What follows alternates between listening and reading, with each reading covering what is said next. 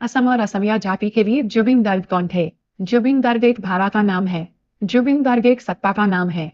जुबिन गर्ग असमिया जाति की पहचान है। जुबिन गर्ग असमिया सांस्कृतिक जगत के अभिभावक हैं। जुबिन गर्ग ने असमिया जाति को विभिन्न समयों पर विभिन्न परिस्थितियों में सामने से नेतृत्व प्रदान किया था।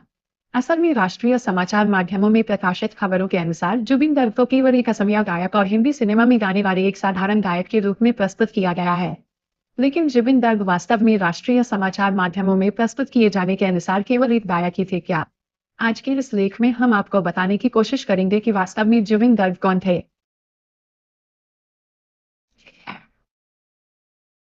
90 के दशक में जुबिन गर्ग ने असमिया संगीत जगत में प्रवेश किया। एक वाद्ययंत्र वादक के रूप में जुबिन गर्ग ने संगीत जगत में अपनी यात्रा की शुरुआत की। 90 के दशक में असम के जो लोकप्रिय संगीत कलाकार थे उनके वाद्ययंत्र वादक के रूप में जुबिन गर्ग ने अपने संगीत की यात्रा शुरू की थी। हालांकि जुबिन गर्ग ने एक वाद्ययंत्र वादक के रूप में अपनी यात्रा शुरू की थी, लेकिन बचपन से ही उन्होंने वाद्ययंत्र के समानांतर संगीत का भी प्रशिक्षण लिया था। जुबिन गर्ग के पिता की नौकरी का स्थान अक्सर बदलती रहती थी, इसीलिए जुबिन गर्ग और उनका परिवार एक ही स्थान पर टिककर रह नहीं पाता था। मेघालय के तुरा से शुरू करके तामुलपुर, करीमगंज, बैतमी, जोरहाट, गुवाहाटी आदि विभिन्न स्थानों पर बहुत कम समय के अंतराल में घूमने का अवसर मिलने के कारण जुबिन गर्ग ने पर्याप्त अनुभव अर्जित किया। असम की जो विविधता है उसे जुबिन गर्ग ने बहुत कम उम्र में ही अर्जित करने में सफलता पाई। वाद्ययंत्र वादक के रूप में अपनी यात्रा शुरू करने के बहुत कम दिनों के भीतर ही जुबिन गर्ग ने गायक के रूप में स्वयं को पहचान दिलाने का निर्णय लिया। गुवाहाटी के बी बोरुआ महाविद्यालय में अध्ययन करते समय गुवाहाटी विश्वविद्यालय के अधीन आयोजित युवा महोत्सव में जुबिन गर्ग को श्रेष्ठ गायक के रूप में चयनित किया गया।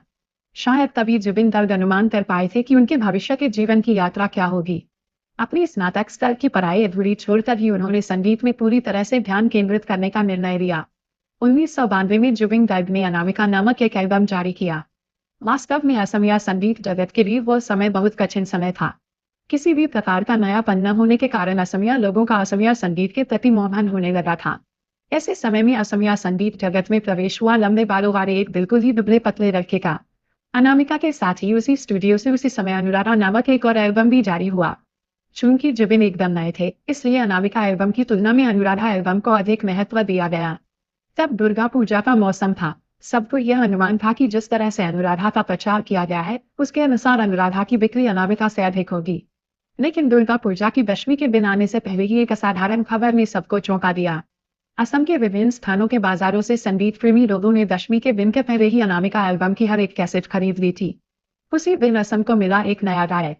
जुबिन गर्ग ने गायक के रूप में स्वयं को इस तरह स्थापित किया कि उसके बाद कभी पीछे मुड़कर देखना ही नहीं पड़ा।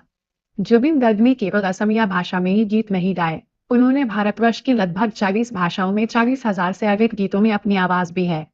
संख्यात्मक दृष्टि से देखा जाए तो केवल 52 वर्ष की उम्र तक जीवित रहते हुए दुनिया के किसी भी गायक ने जितनी भाषाओं और जितने गीतों में गाया, ये सबसे अधिक है। यह शायद जुबिन गर्ग के लिए एक विश्व अभिलेख है, मवेयू से आधिकारिक मान्यता न मिली हो। असम में जुबिन गर्ग के रूप में स्थापित होने के बाद वे मुंबई गए। मुंबई जाकर उन्होंने कई हिंदी गीत गाए। इनमें से उल्लेखनीय था यारी गीत, जिसके लिए उन्हें राष्ट्रीय पुरस्कार भी मिला।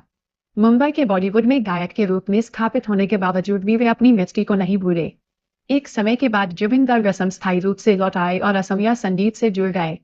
जुबिन गर्ग हमेशा एक बात कहते थे, मैं मुंबई में संघर्ष करके काम करने से बेहतर असम में राजा की तरह रहकर असम के लिए काम करूंगा।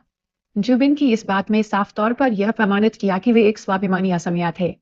केवल बातों से ही नहीं बल्कि काम के जरिए भी उन्होंने अपने असमिया स्वाभिमान का प्रमाण दिया। जुबिन गर्ग ने लगातार असम के लिए अंतिम सांस तक काम किया। असम में जुबिन गर्ग केवल एक गायक नहीं थे। जुबिन गर्ग एक साथ गायक, संगीतकार, संगीत निर्देशक, गीतकार, संगीत संयोजक, फिल्म अभिनेता, फिल्म निर्देशक, फिल्म निर्माता, कवि, वादक, समाजसेवी, प्रकृति प्रेमी आदि सभी विशेषताओं से युक्त एक अद्वितीय व्यक्तित्व थे।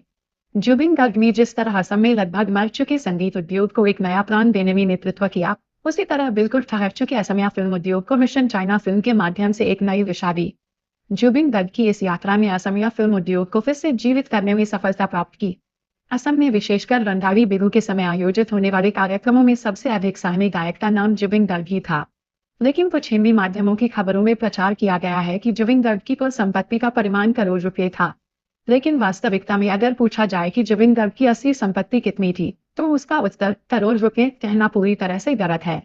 जुबिन गर्ग की कुछ निश्चित स्थायी संपत्ति के अलावा बैंक में बड़ी मात्रा में धन जमा होने की बात बिल्कुल सच नहीं है, क्योंकि जुबिन गर्ग एक मानवद्रष्टा कलाकार थे। असम में जितने लोग राजनीतिक व्यक्तियों के पास विभिन्न कठिनाइयों से मुक्ति पाने के लिए आर्थिक सहायता मांगने जाते हैं, उतने ही लोग जुबिन गर्ग के पास भी जाते थे। जुबिन गर्ग के पास या घर पर किसी भी समस्या के लिए मदद मांगने वाला कोई भी व्यक्ति कभी निराश होकर लौटा हो, ऐसी मिसाल नहीं है। जुबिन गर्ग जनता से कमाए गए लगभग सभी धन को जनता के लिए खर्च करने के लिए हर समय तैयार रहते थे। विभिन्न लोगों की असाध्य बीमारी के इलाज से लेकर व्यक्तिगत घरेलू समस्याओं तक किसी भी परिस्थिति में सामान्य व्यक्ति की मदद करने से वे पीछे नहीं हटते थे। अपने पास धन की कमी होने पर भी जुबिन गर्ग दूसरों से उधार लेकर सबकी मदद करने के लिए आगे बढ़ते थे। जुबिन गर्ग ने कभी भी सामान्य लोगों से खुद को अलग नहीं माना। सड़क किनारे की किसी भी दुकान पर बैठकर चाय पीने जाना, अपनी यात्रा में मिलने वाले हर व्यक्ति का हालचाल पूछना, इन सब बातों ने जुबिन गर्ग को एक जमीनी इंसान के रूप में पहचान दिलाई। समाज या असमिया जाति के लिए नुकसानदायक किसी भी काम के खिलाफ वे खुलकर बोलने में कभी संकोच नहीं करते थे। किसी भी समय, किसी भी परिस्थिति में जुबिन गर्ग ने असमिया जाति के पक्ष में खुलकर आवाज उठाई। असमिया जाति के लिए वे एक जनसुल के रूप में गिने जाते थे। पूरे जीवन में किसी भी राजनीतिक दल या विचारधारा से प्रभावित होने की बजाय जुबिन गर्ग ने जनता की आवाज के रूप में स्वयं को पहचान देना ही अधिक सुखद अनुभव माना। असम की हर जाति, हर धर्म, हर वर्ण के लोगों के लिए वे उनके प्रिय कलाकार जुबिन गर्ग थे। जुबिन गर्ग ने कहा था, मेरा कोई जाति नहीं है, मेरा कोई धर्म नहीं है, मैं मुक्त हूँ, मैं एक कंचनजंगा हूँ।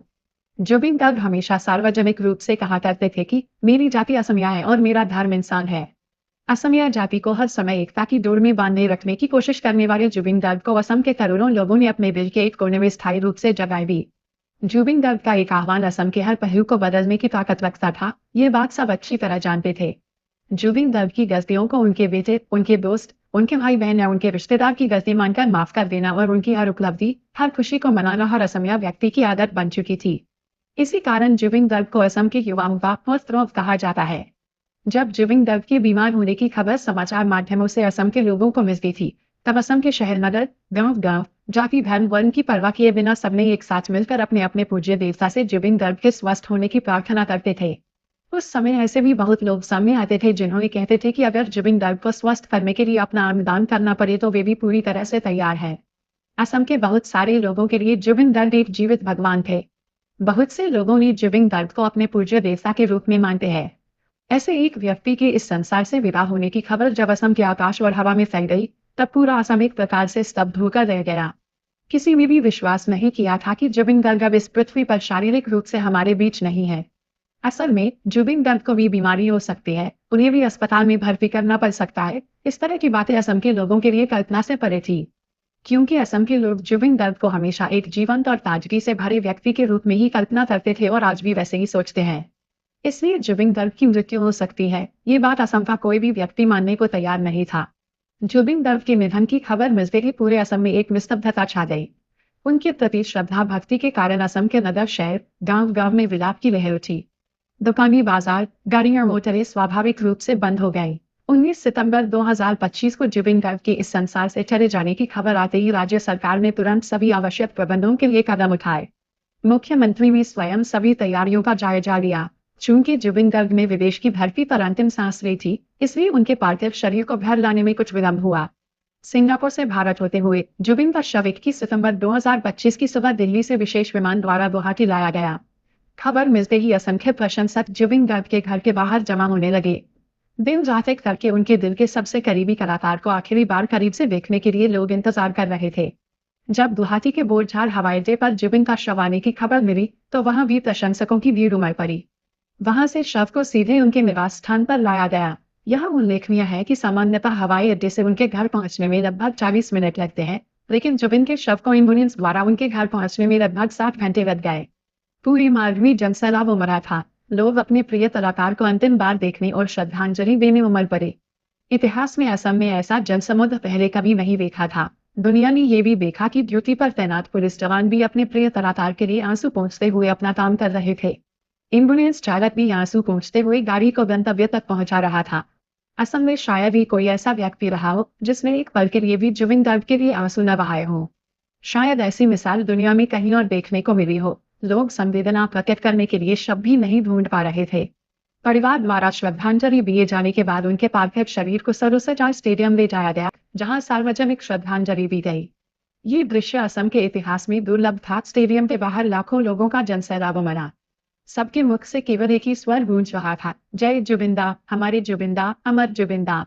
सरकार ने उनके पार्थिव शरीर को लगभग 48 घंटे से अधिक समय तक सरोसजाई स्टेडियम में रखा ताकि लाखों प्रशंसक उन्हें अंतिम बार श्रद्धांजलि दे सके। जुबिन गर्ग के चिर निद्रा में जाने की खबर सुनकर असम का कोई भी व्यक्ति भावुक हुए बिना नहीं रह सका। यहाँ तक कि प्रकृति भी शोक में डूबी हुई प्रतीत हुई। एक घायल बंदर, जिसे जुबिन में इलाज कर ठीक किया था, उनकी तस्वीर के सामने भावुक होकर बैठा रहा। कहीं एक कुत्ता उनकी तस्वीर के सामने प्रणाम करता दिखा। एक अन्य स्थान पर एक बैल उनकी तस्वीर के सामने लेटकर रोता रहा। जुबिन को जब सरोसजाई स्टेडियम में रखा गया, उसी दौरान अचानक बारिश हुई और उनके वहां से ले जाए जाने के समय भी बारिश हुई।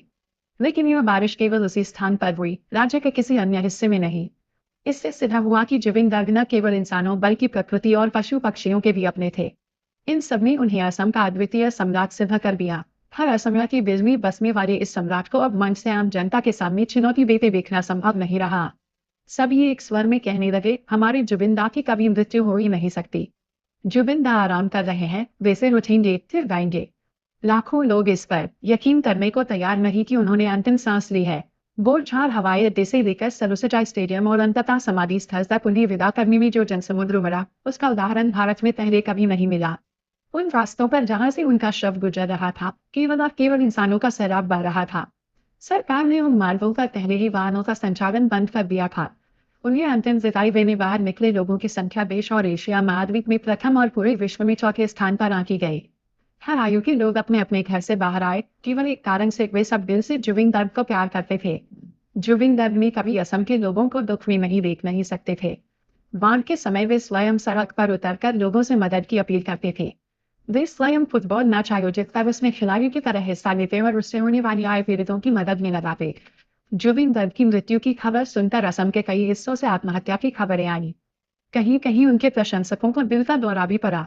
ये साबित हुआ कि एक कलाकार को कितना गहरा प्रेम मिल सकता है कि लोग उसके लिए अपना जीवन तक त्याग दें।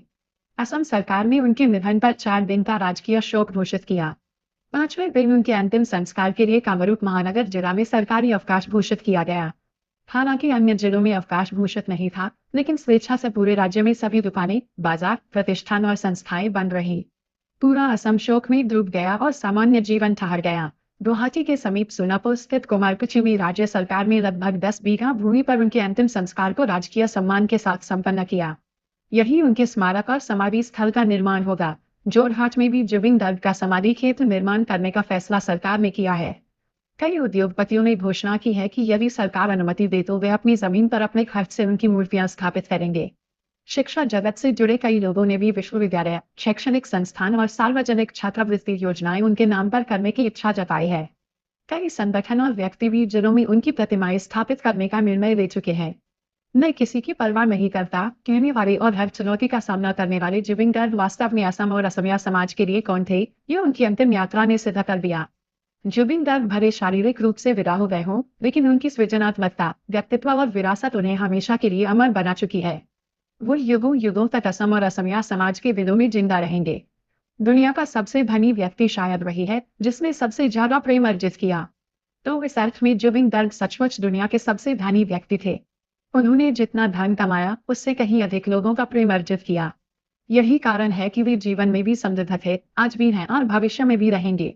धन संपत्ति एक दिन समाप्त हो जाती है, लेकिन प्यार, सम्मान और आदर कभी समाप्त नहीं होते। जुबिन गर्ग सदैव असम और असमिया समाज के दिलों में जीवित रहेंगे।